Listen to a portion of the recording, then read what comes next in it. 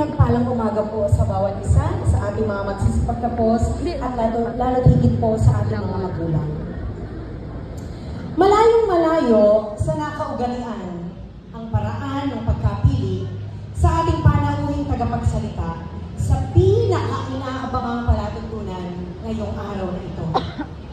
Bakit ko po nasabi ito?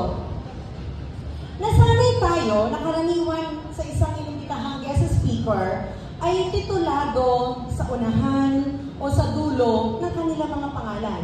Kagaya po noong Sabado, kung nakadalo po kayo sa recognition, pagkayari ng pangalan ni Professor Roma Martin ay mayroong nakasulat sa dulo ng kanyang pangalan na MPA. Mayroong iba na guest speaker na mayroong namang PhD sa dulo, mayroong MD, LPT, RCRIM, RN, at syempre po ang titulo ng pagiging inhinyero at arkitekto na halos pangarap ng mga kabataan ngayon. Hindi maikakailang isa sa mga sukatan ng tagumpay ng isang tao ay ang taas ng kanyang pinag-aralan. Marami ang naniniwala na ang diploma ng tinapos na kurso, lalo na sa kolehiyo, ay isang matibay na patunay ng angking galing at talino. Subalit mga kaibigan, sa araw na ito, patutunayan ng ating panauhing tagapagsalita na hindi lamang diploma o titulo sa unahan o dulo ng pangalan ang sukatan ng tunay na husay at tagumpay. Isinilang sa Barangay Prado Saba, Lubao, Pampanga, panglima sa magkakapatid at kain sa isang babaeng anak ni Ginoong Romeo Francisco at Ginang Erlinda Baisi. Ang kanilang pamilya ay kilala sa bilang mga madidiskarte, masisipag, at mabubuting mga tao sa kanilang lugar.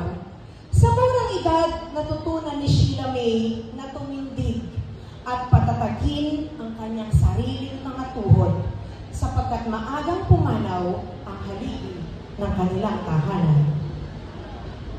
Ang buhay ni Sheila May ay hindi naging madali bago niya narating kung nasaan man siya ngayon.